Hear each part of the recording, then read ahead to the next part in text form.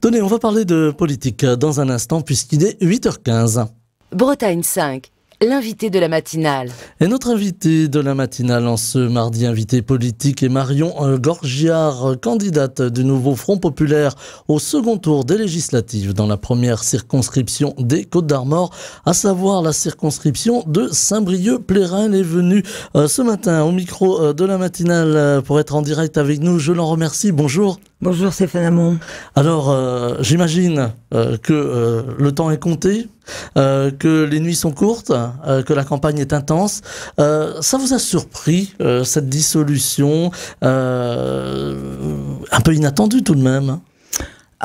Oui, surpris c'est faible. On se retrouvait ce soir-là en soirée électorale pour la fin des européennes et donc on était devant l'écran à regarder les résultats et on a vu cette annonce du président Macron en direct et là je me suis vraiment me demandé si j'avais bien entendu. Voilà, on était à peu près tous dans le même cas de figure. Une forme de sidération finalement. Ah oui, totalement. Et en pleine montée donc de l'extrême droite dans ces élections en France. Et bon, c'est pas qu'en France, mais là, c'était comme si, je sais pas, une impression de allez. Voilà, on va tout casser jusqu'au bout, allons-y. Il y avait quelque chose un petit peu comme ça, oui.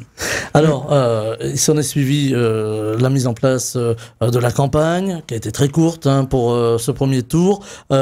Finalement, à l'issue de ce premier tour, dimanche dernier, on a vu que le Rassemblement national avait peu ou prou conforté les résultats des européennes, mais on a vu aussi la percée du nouveau Front Populaire, puisqu'il a fallu se mettre d'accord à gauche entre des forces qui n'ont pas toujours, j'allais dire, les mêmes visées en termes d'idées. Est-ce que ça a été facile, alors peut-être ici sur les Côtes-d'Armor, sur Saint-Brieuc, d'arriver à discuter alors avec les autres forces de gauche, les écologistes, le Parti socialiste, etc.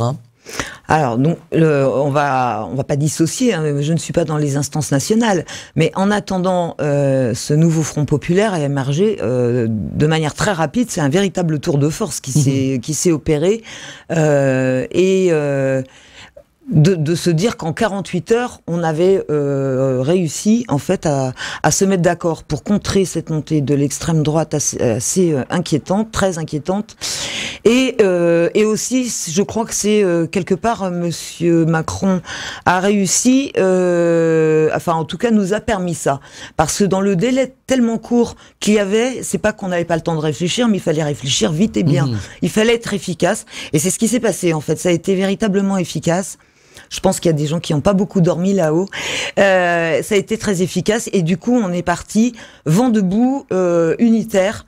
Et je crois que c'est le cas partout. En tout cas, je peux vous assurer que c'est le cas dans notre circonscription, où on a, dès le départ, à partir du moment où on a su que, quand il y a eu cette répartition des circonscriptions, on a su donc que je serais la candidate sur la circo de Saint-Brieuc, eh bien, tout le monde s'est mis en route autour, et à apporter ses compétences. Il y a eu beaucoup de partage d'expérience tout de suite.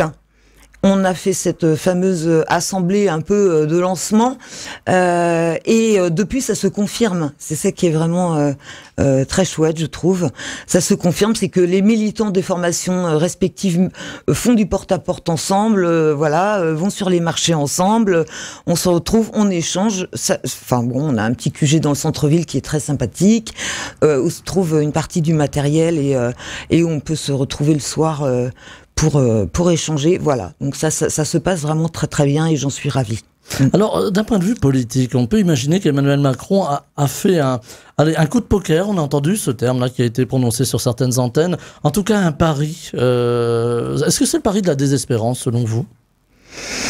Moi je pense que quand même Monsieur Macron et ses conseillers sont suffisamment au fait de la vie politique pour pas y aller sans espérer quelque chose qui leur soit profitable à l'arrivée.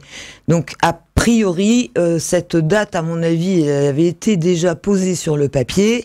Ils se sont juste, ils ont peut-être juste attendu les résultats des européennes, évidemment, pour le déclarer. Mais à mon avis, il a pas réfléchi à ça dans la demi-heure qui a précédé. Hein. Enfin, voilà. Donc c'est un calcul politique. Un calcul qui vise à monter, profiter de cette ascension de l'extrême droite, quand même qu'il a bien favorisé depuis les années qu'il est en poste, qu'il a bien favorisé en laissant effectivement des responsabilités à des représentants du Rassemblement national, sans vraiment les contrer dans les débats politiques, que ce soit à l'Assemblée ou sur les plateaux. Donc on a clairement un gouvernement Macron qui a favorisé cette montée de l'extrême droite. Mais pourtant, on se souvient des propos d'Emmanuel Macron. Avec moi, le Rassemblement national ne passera pas, je ferai baisser l'extrême droite. Hein, c'était le terme. Ben, on n'est pas surpris, mais de toute façon, qu'est-ce qu'a fait vraiment Monsieur Macron qui l'ait annoncé? Je crois qu'il n'y a pas grand-chose. Alors on est dans un paysage politique fracturé aujourd'hui, même s'il y a des unions, des unions en deux mots, l'union de la gauche avec le nouveau Front populaire. La droite, c'est un peu plus compliqué puisque la droite républicaine s'est déchirée autour de ceux qui se sont tournés vers le Rassemblement national de Jordan Bardella et ceux qui restent fidèles aux idées gaullistes. Et on a aussi la France qui est très fracturée. On a l'impression de trois blocs en France, le bloc centriste avec la Macronie, le bloc de gauche avec le nouveau Front populaire et un bloc plutôt, on va dire, avec le Rassemblement national et les forces de droite et d'extrême droite. Est-ce qu'à un moment ou à un autre, il va falloir œuvrer pour réconcilier le pays? Parce que on a le sentiment aussi que les Français ont lancé un message, une forme d'alerte en disant voilà, on nous a pas écoutés pendant plusieurs décennies. Aujourd'hui, on a envie de prendre notre destin en main. Et là, il se trouve que c'est le Rassemblement national. Bah, ce serait très souhaitable. À partir du moment où le débat à l'Assemblée nationale, entre autres, puisque c'est quand même un petit peu là que l'exemple est donné et que se votent les lois, à partir du moment où il y a une rigidité des formations qui ne veulent pas voir, par exemple, en quoi une loi peut être un réel progrès pour l'ensemble de la population, mais n'en voit que l'aspect financier, on va se retrouver de toute manière à chaque fois avec il peut y avoir aussi des abstentionnistes à l'Assemblée, c'est pas un vrai vote, mais sincèrement, c'est à partir du moment où les débats en commission ne vont pas être sereins en amont et qu'on va avoir une proposition de loi qui va être rejetée d'emblée par principe par le gouvernement Macron ou sur lequel il va être appliqué un 49.3, malgré le fait que ça apporte quelque chose. Je ne parle pas que du sociétal, je parle de mesures réelles et concrètes pour les Françaises et les Français. De suite, un refus par principe, parce que ça va coûter de l'argent, parce que on se pose pas les questions du long terme. Quand il a été question, par exemple, de supprimer l'AME, on est typiquement dans ce type de débat. On se pose pas la question sanitaire de la suppression de l'AME. En revanche, on va parler tout de suite de son aspect financier. Oui, mais sauf que à long terme, l'aspect financier de la suppression de l'AME est 10 fois plus important. Donc voilà, on est dans une idéologie très marquée. Ceux qui coûtent de l'argent, ceux qui n'en coûtent pas. Là où on va prendre, là où on va pas prendre. Et au final, on se retrouve donc toujours avec ces mêmes choix, puisqu'il faut une majorité pour les voter. Ça passe de temps en temps, mais pas toujours. Et on se retrouve toujours avec les mêmes choix. C'est que on ne touche pas aux multinationales et aux très grands comptes financiers. En revanche, on demande toujours aux Françaises et aux Français de faire des efforts. Et voilà, et on se retrouve donc avec cette austérité annoncée, mais qui en fait accourt depuis le premier mandat Macron, avec la suppression de nos droits au fur et à mesure. Bon, cette réforme des retraites, travailler plus longtemps. Pourquoi, quand on a autant de chômeurs qui attendent un emploi, avec les réformes chômage qui se succèdent, soit dans la durée, soit dans le montant des allocations. La même réforme chose. chômage qui a d'ailleurs été, je vous interromps, pardonnez-moi, mais réforme chômage qui a été, en tout cas la loi le décret qui devait être publié hier a été retiré. On dira un petit peu sur l'urgence par Gabriel Attal. Oui, bon, je pense qu'il entend quand même un petit peu l'alerte, parce que malgré tout, il y a nombre de leurs députés qui sont sur la sellette, c'est le moins qu'on puisse dire.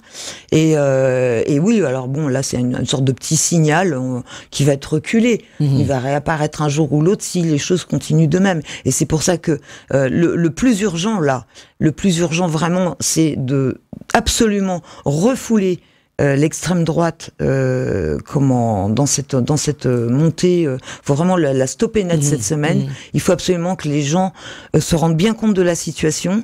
Quand on voit l'extrême droite à l'œuvre dans certaines municipalités ou collectivités territoriales, on voit très bien ce qui est mis en place, et c'est vraiment la réduction des droits, c'est le pointage et la discrimination d'une partie de la population, c'est la relégation en extérieur de ville, c'est le fait de payer la cantine pour des enfants qui seront pas tous donc évidemment dans l'égalité à ce sujet. Enfin voilà, on a affaire à des réelles mesures très concrètes de l'extrême droite pour discriminer la population.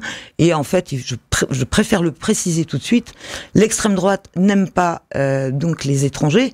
Ça, c'est clairement déclaré, même si on le voit pas beaucoup en ce moment, mais n'aime pas aussi la pauvreté. On est vraiment dans une idéologie qui rejoint complètement celle d'Emmanuel Macron sur le vote des lois et sur laisser les riches tranquilles et s'en prendre à la partie la plus pauvre de la population.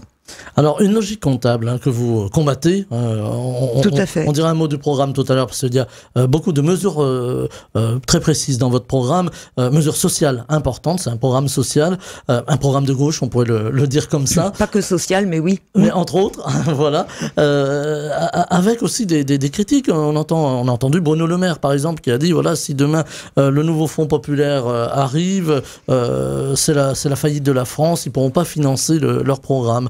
Qu'est-ce que vous auriez envie de lui répondre à Bruno Le Maire ? Mais Bruno Le Maire, lui, ne répond jamais à la question pourquoi vous vous en prenez toujours au même. Donc, évidemment que ce projet et ce programme, ce projet de société, ce programme sont chiffrés déjà très sérieusement et finançables. Ils ont été adoubés par des grands économistes, y compris par Esther Duflo, prix Nobel d'économie. Donc, on n'a aucun doute sur ce sujet. Enfin, je veux montrer qu'il n'y a absolument aucun doute sur le côté finançable de notre programme. C'est évidemment le contraire de ce que prône Bruno Le Maire. Donc pour lui, il va pas en être question, puisqu'encore une fois, on préserve les grands comptes financiers et qu'on ne veut absolument pas remettre, par exemple, l'impôt sur la fortune en place ou demander davantage d'impôts aux multinationales qui en payent très très peu comparé aux petites et moyennes entreprises. On va avoir des petites moyennes entreprises en France qui vont payer à peu près 27% d'impôts, alors qu'une multinationale peut en être totalement exonérée, voire payer 2% maximum.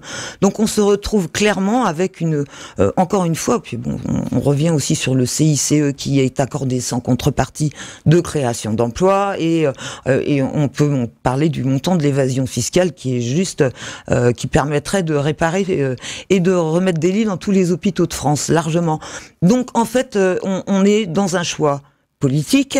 Et quand, encore une fois, on prend une décision et qu'on a une vision politique et qu'on se donne les moyens de l'appliquer, notre programme, il vise la relance de l'économie par la demande, par les besoins, et non pas par l'offre telle que c'est fait actuellement.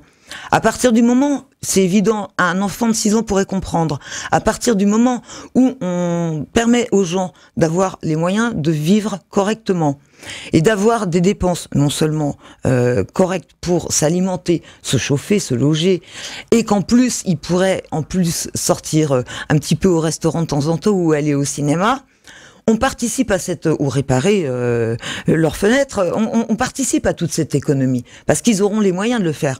Il faut quand même savoir qu'il y a maintenant de plus en plus de Français qui atteignent le seuil de la pauvreté. On est vraiment dans une régression par pan entier de la population. On le voit dans les classes moyennes en particulier. Voilà, on a affaire à un déclassement. par tranche, ça tombe, par strate, et qui en fait maintenant se pose la question uniquement même de se soigner. Enfin, c'est pas nouveau, hein, mais ce que je veux dire, c'est qu'il y en a de plus en plus. Donc, quand on en arrive au stade où on saute un repas par jour, qu'on ne se chauffe pas l'hiver, et qu'en plus, on hésite à aller se faire soigner, parce que maintenant, ça coûte un petit peu plus d'argent qu'il y a 10 ans, on est bien d'accord, eh bien là, clairement, on ne participe pas à la relance de l'économie. On ne va pas au restaurant. On ne répare pas ses volets. On ne fait pas, on ne met pas, la chaudière en route. Donc tout stagne et on a affaire à cette, régression qui est le cas actuellement et qui ne profite absolument pas aux petites entreprises. Elles, leur principal souci aux petites entreprises, c'est pas de payer 50 ou 100 euros de plus leur employé. Voire nous, on propose le SMIC à 1600 euros net. Ça fait hurler, mais malgré tout, ça devrait suivre ce cours. Ça suit le cours de l'histoire, l'augmentation des salaires. Hein. On est dans une stagnation. Le point d'indice des fonctionnaires, on propose de l'augmenter de 10%. À partir du moment où on le fait pas et que les prix des produits de première nécessité augmentent, on entend bien que le pouvoir d'achat des Françaises et des Français a baissé et que donc on ne participe absolument pas à la relance de l'économie. Ouais. Alors c'est vrai, c'est le pouvoir d'achat qui a la faveur des Français en termes d'inquiétude. On l'a vu dans toutes les études qui ont été publiées avant le premier tour et encore actuellement entre les deux tours. Il y a aussi l'immigration. Alors on va en parler parce que vous luttez contre le Rassemblement national, contre cette extrême droite qui gagne aussi en Bretagne. On l'a vu. Alors c'est pas une terre forcément d'élection de Rassemblement national, la Bretagne. Comment vous avez reçu le fait que beaucoup de circonscriptions et de communes ont voté pour un représentant du Rassemblement national? Écoutez, on l'a vu même dans des bureaux de vote, on avait des personnes, des jeunes qui venaient chercher, enfin qui se demandaient où se trouvait le bulletin de vote de Marine Le Pen dans un bureau de vote. Hein. Voilà, donc ils ne sont au courant de rien, même pas de leur candidate sur notre circonscription en l'occurrence. Il y a une parole décomplexée, il y a un vote décomplexé. Totalement. On est dans une logique. Alors on parle beaucoup du fonctionnement sur les réseaux. Enfin voilà. Je vais pas dire peu importe la manière dont ça se passe, ça va être à étudier de toute manière et de faire très attention à ce qui s'y dit aussi, parce que je suis tombée sur des aberrations historiques totales. Des personnes qui généralement ne connaissent pas leur histoire. Et qui, quand bien même la connaîtraient, n'en tiennent pas compte. C'est comme si tout ça était balayé, n'avait aucune importance, comme si l'enracinement du Rassemblement national n'était pas ancré dans cette histoire du nazisme et du fascisme. Et là, je peux le répéter clairement, les fondateurs de l'ancien Front national devenu le Rassemblement national sont directement issus de cette lignée de la dernière guerre. Donc on n'a absolument aucun doute sur ce sujet et ce n'est pas répété non plus sur les plateaux télé, mais en fait derrière toutes ces réformes ils n'ont pas de programme, hein, donc comme c'est réglé. Mais ces allers-retours de Jordan Bardella sur retraite, pas retraite, voilà, etc. On a affaire donc à pas de programme qui de toute façon jusque-là ont voté avec le gouvernement Macron, alors qu'ils disent s'en défendre et vouloir renverser la table. Ils ne sont pas du tout opposants à Emmanuel Macron. Et du coup, tout ça c'est cru. Les gens le croient sans doute sur pièce ou ont envie de le croire parce que leur détestation de cette mandature actuelle du gouvernement Macron est telle qu'ils sont prêts, en fait, à croire n'importe qui est en position de force ou qui le montre et qui annonce qu'il est son opposant. Et je pense qu'il y a quelque chose comme ça qui se passe. On est face à des élections où de plus en plus, ce sont des élections par affect et non pas par raison ou par lecture, par conscientisation politique. Ce sont vraiment des votes par affect qui se jouent sur la bonne tête de quelqu'un. J'ai quand même juste envie de leur dire que sur la bonne tête de Macron, il y a eu une autre élection qui s'est passée en 2017 et on voit le résultat aujourd'hui. Donc on ne vote pas sur la bonne tête ou la mauvaise tête de quelqu'un. On vote sur ce qu'il a fait. sur ce qu'il dit, peut-être, parce qu'il faut bien qu'il parle, mais aussi sur un programme qui est applicable. On a vu que les jeunes allaient beaucoup vers Jordan Bardella, voilà, en tout cas si on en croit les reportages et si on lit aussi les réseaux sociaux, on a l'impression finalement, ça rejoint un peu ce que vous dites, que on est sur une génération du visuel et enfin en tout cas de la forme, mais pas du fond. Est-ce que c'est inquiétant pour la suite ? Extrêmement. On peut dire tout de tout en fait. L'exemple a été donné avec donc c'est ceux qui sont au pouvoir aujourd'hui, en tout cas qui sont au gouvernement. On ne peut pas faire croire aux gens que la sécurité, c'est de refaire une énième loi qui en fait va durcir, mais enfin dont les fondements sont déjà là dans notre loi. On en fait une énième pour assurer aux gens qu'on va prendre les choses en main et puis qu'on a de la poigne, mais en fait on a affaire à juste une énième loi qui copie-colle la précédente, qui se durcit encore, mais qui n'est pas forcément mise en application. Donc en fait on a un discours, par exemple par rapport aux pesticides, qui recule malgré les annonces de Monsieur Macron, qui en fait recule tous les 2 ans, enfin en tout cas qui recule devant nous et qui est jamais mise en application.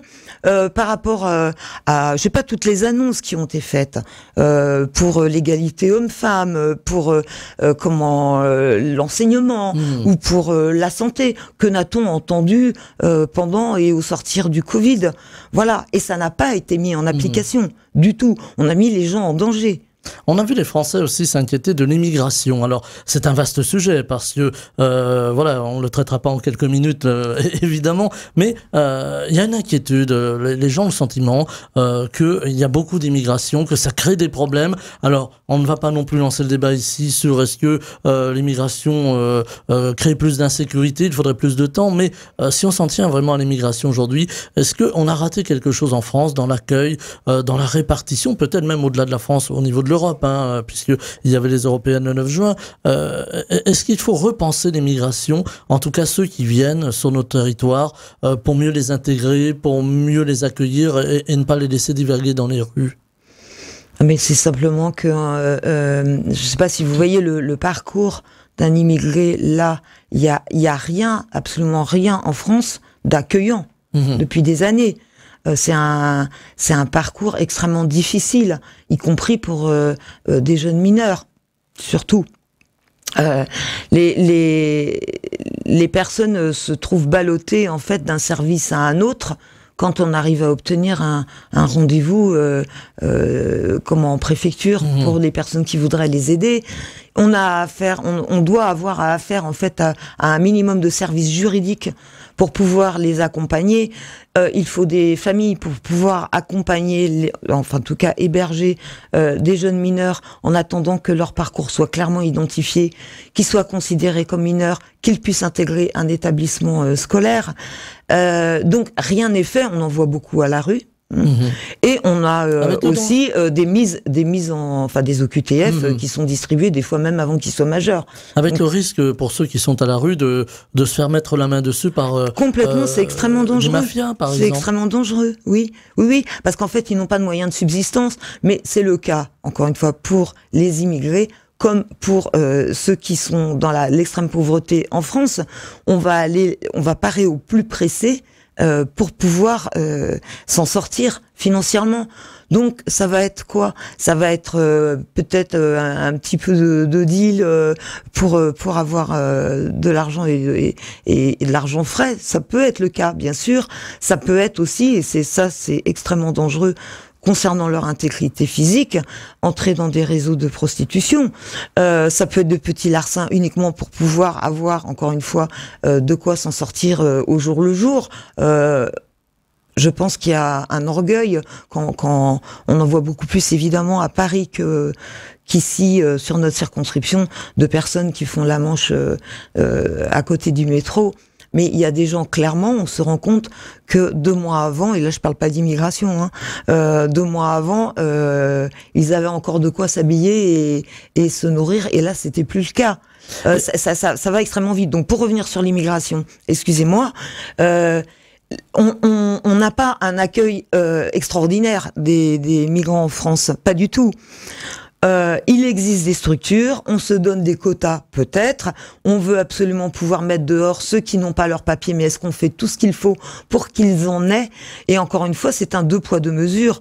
On a mis tout en œuvre avec l'État français et des collectivités locales pour accueillir nombre de réfugiés ukrainiens.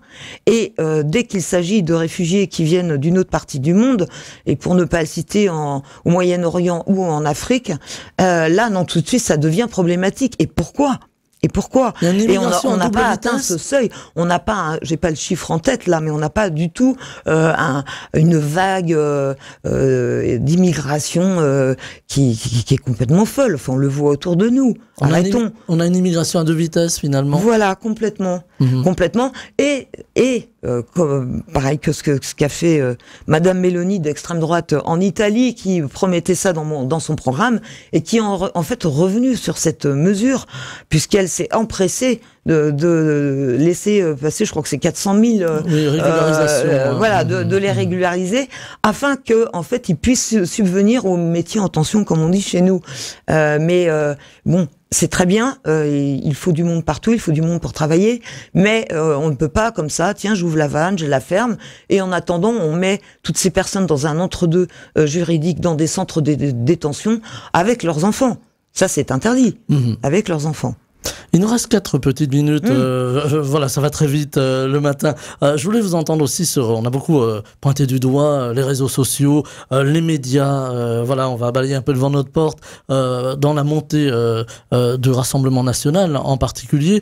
Quel regard vous avez là-dessus? Est-ce que pour vous, les médias ont favorisé, j'allais presque dire, l'éclosion du Rassemblement national, ou finalement c'est un phénomène qui a été relayé, ni plus ni moins? Sans doute, mais je vais pas parler du Rassemblement national tout le temps quand même, j'aimerais bien qu'on parle de nous. Du coup, enfin oui, nous ce qu'on voit, c'est qu'en fait, quand on le fait, vraiment, dans cette campagne, malgré le peu de temps, on va, avec mon suppléant Yann Hamon, donc de la formation Les Écologistes ELV, on va au contact de la population avec tous les militants qui sont sur le terrain. Il y a 150, 200, je ne sais même pas combien. On a fait une très grosse réunion de lancement de 2e semaine hier, qui a été faite vraiment in extremis, le midi pour le soir, et on avait plus de 100 personnes dans la salle. Donc c'est vraiment incroyable. Et donc au contact, là, on voit bien que les réseaux, peut-être les gens s'auto-persuadent eux-mêmes ou en parlent avec leurs copains, peu importe. Mais en attendant, quand on va au contact, il suffit de dire 2 phrases des fois pour leur montrer que ce qu'ils ont lu est faux, ou que notre programme, par exemple, est finançable.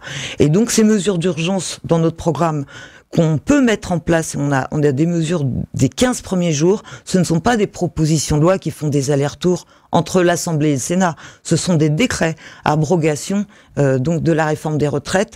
Là, l'assurance chômage, il va pas y avoir besoin pour la dernière, mais il y en a 2 précédentes qu'il faut abroger absolument. Et on monte donc tous les salaires, les pensions et les allocations pour que chacun ait un revenu digne. Voilà, déjà le principal.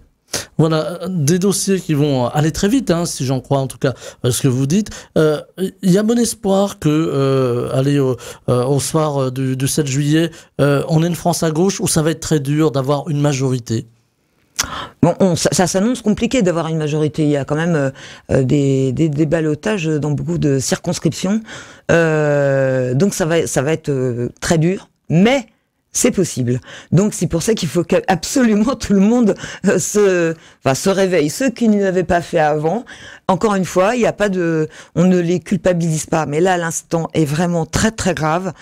Tout ce que je peux leur dire, c'est renseignez-vous par vous-même, éteignez la télé 2-3 jours, ça fera mal à personne. Écoutez la radio, c'est mieux. Écoutez la radio, par exemple, tout dépend lesquels aussi, mais et vraiment, renseignez-vous par vous-même et allez comparer et faites-vous votre opinion et votez en conscience, mais c'est le moment ou jamais de faire votre devoir de citoyen. Et c'est là-dessus que l'on va conclure. Marion Gorgiard, candidate du Nouveau Front Populaire au second tour des législatives dans la première circonscription des Côtes-d'Armor, la circonscription de Saint-Brieuc-Plérin. Elle était avec nous ce matin. Je vous remercie et bon courage pour la suite de la campagne. Merci Stéphane Hamon, merci à toute l'équipe. Bretagne 5, Stéphane Hamon, le 7-9.